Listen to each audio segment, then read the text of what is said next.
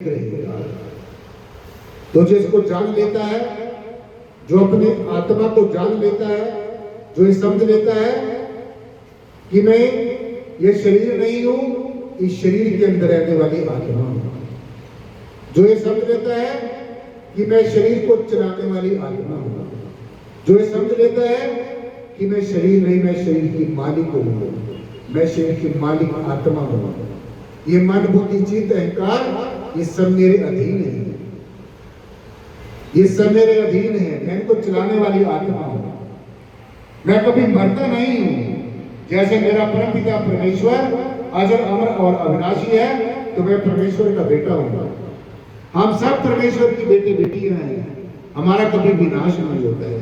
ये शरीर है, ये बदलता रहता है, कभी इसके ऊपर बचपन होता है, कभी इसके ऊपर जवानी होती है, कभी इसके ऊपर बुढ़ापा होता है, तो ये शरीर बदलता है।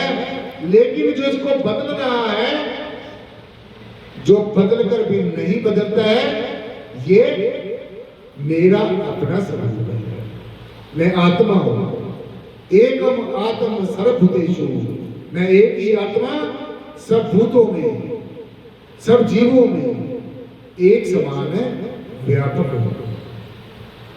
जैसे ये आकाश है, इस आकाश के अंदर बादल चलते रहते हैं, ग्रह उपग्रह गतिमान रहते हैं, आकाश गंगा है, चंद्रमा सितारे हैं, सूर्य है, इनमें बदलाव आता रहता है, लेकिन आकाश के ऊपर इसका कोई भी फर्क नहीं पड़ता है। आकाश यथावत रहता है, जो का त्यों रहता है, एज इट इज रहता है। जैसे एक चलचित्र होता है, सिनेमा होता है, उसका जो पर्दा है, पर्दे के ऊपर कितने तरीके को हम देखते हैं, कितने दृश्यों को देखते हैं, वो दृश्य आते रहते हैं, कभी अच्छे दृश्य आते हैं, कभी कैसे दृश्य आते हैं, भिन्न भिन्न दृश्य आते हैं, लेकिन पर्दे के ऊपर उन दृश्यों का कोई भी असर नहीं होता है। ऐसे ही मन में अनेकों उथल पुथल होती रहती है, बुद्धि में अनेकों विचार आते रहते हैं, चित्त में अनेकों तरह का चिंतन आता रहता है, लेकिन इनके पीछे जिसके कारण ये काम कर रहे हैं, इसके ऊपर किसी का भी असर नहीं होता है। तो इसलिए ये जो शुद्ध रूप आत्मा है, बोध रूप आत्मा है, मुक्त रूप आत्मा है, इसको जानकर किसी भी चीज को जानने की जरूरत नहीं रहती है। इसके दर्शन करके किसी के दर्शन करने की जरूरत नहीं रहती है।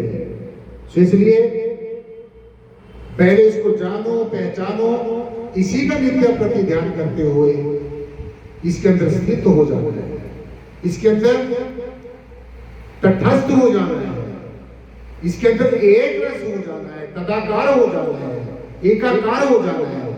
फिर देखो हमारे जीवन की हवाएं बदल जाएंगी, फिजाएं बदल जाएंगी, हमारा अंदर और बाहर से रूपांतर हो जाएगा, और हमें ऐसा लगना शुरू हो जाएगा कि मेरा आत्म स्वरूप हमेशा मेरे अंग संग रहता है। ये शाश्वत स्वरूप है, ये आपका शाश्वत स्वरूप है, सनातन स्वरूप है। जब ये पृथ्वी जल वायु अग्नि आकाश यहाँ पर नहीं था, तब भी ये जैसी प्रियतम निर्गुण निराकार सर्वाधार विश्वाधार परम तत्व तब भी यहाँ पर मौजूद था। जब कोई गुरु नहीं था, कोई शिष्य नहीं था, कोई सुनने वाला नहीं था, कोई सुनाने वाला नहीं था, कोई दिखने वाला नहीं था, कोई देखने वाला नहीं था, कोई विद्या नहीं थी, कोई कला नहीं थी, कोई रंग रूप और आकार प्रकार नहीं था, कोई आकृतियां नहीं थी, मनुष्य नहीं था, तो तब भी ये आदि अनादि निर्गुण निराकार सर्वाधार विश्वाधार सर्वव्यापी सर्वशक्तिमान ये परम तत्व तब भी यहीं पर विद्यमान था और हमेशा रहेगा। पहले भी था, अब भी है और आगे भी रहेगा। इसलिए साथ संगत जी ये ब्रह्म ज्ञान है, ये आत्मा का ज्ञान है, ये अपने आप को जानने की विद्या है, ये सदगुरु का दरबार है, ये एक ऐसी अकाट्य सत्य है, ये अक्षय आनंद की प्राप्ति करने का तौर तरीका है। ये कैसी अकाट्य सच्चाई है, इस सत्य को, इस सच को, जिसको हमारे गुरुओं ने कहा कि याद सच जो बाध सच है, भी सच नानक होसी भी सच है। ये वो सच्चाई है जो इस निराकारी जागृत मिशन में आपको समझाई जाती है, दिखाई जाती है और इसको ध्यान करने की युक्ति बताई जाती है। तो इस सच्चाई को, इस निर्गुण निराकार सर्वाधार विश्वाधार परम तत्व को, इस शून्य स्वरूप परमात्मा को, इस निर्गुण निराकार स्वरूप आत्मा को, इस सच्चाई को ना किसी दिखावट की जरूरत है, ना किसी बनावट की जरूरत है, ना बनने की जरूरत है, ना बिगड़ने की जरूरत है। ये सब कुछ करते हुए भी कुछ नहीं करता, अकर्ता रहता है। सब कुछ करके भी रहे अकर्ता, इसी को समझो करता रहता। इसलिए इसका नित्य प्रति ध्यान करते रहना है। जैसे मैंने बताया, एक बार इसको जान लिया, देख लिया, पहचान लिया, तो फिर नित्य प्रति उठते बैठते चलते फिरते हर स्थिति में श्वास श्वास पर जप्पा जाप इसका अपने आप स्वतः ही होता रहता है। ये जीवन जीने की कला है, ये जीवन जीने की विद्या है, यही संसार में रहने की एक असली तौर तरीका, सलीका और तरीका है। संसार में रहे लेकिन संसार तुम्हारे अंदर न रहे, सबके साथ मिलवर्तन करना है, किसी के साथ बंध के नहीं बैठना है, अनासक्त भाव से जीना है, आकर्षण में नहीं फंसना है, आसक्ति में नहीं फंसना है, दुनिया के ऊपर लोभों में नहीं फंसना है, लोभ लालचों में नहीं फंसना है, सदगुरु के बन के रहना है, सदगुरु के आदेश और उपदेश की बखूबी पालना करनी है।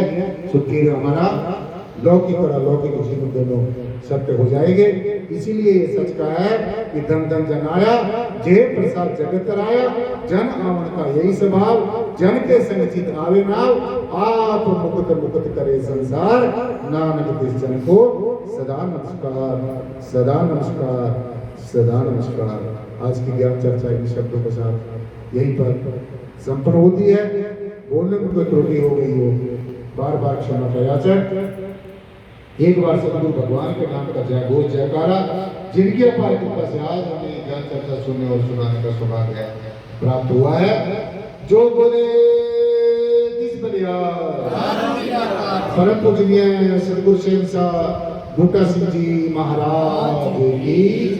जो बोले तिस बलिहार। परम पूजनीय सदगुरु शहंशाह मेहताब सिंह जी महाराज की। जो बोले तिस बलिहार। परम पूजनीय सदगुरु शहंशाह लक्ष्मण सिंह जी महाराज की। जो बोले तिस बलिहार। परम पूजनीय सदगुरु शहंशाह प्रीतमनाथ जी महाराज की। जो बोले तिस बलिहार। बोलो सर्व संत समाज की। शासन और प्यार से बोलना जी, प्यार और सत्कार के साथ बोलना जी, शासन जी प्यार से बोलना जी, और प्यार से बोलना जी, शासन जी प्यार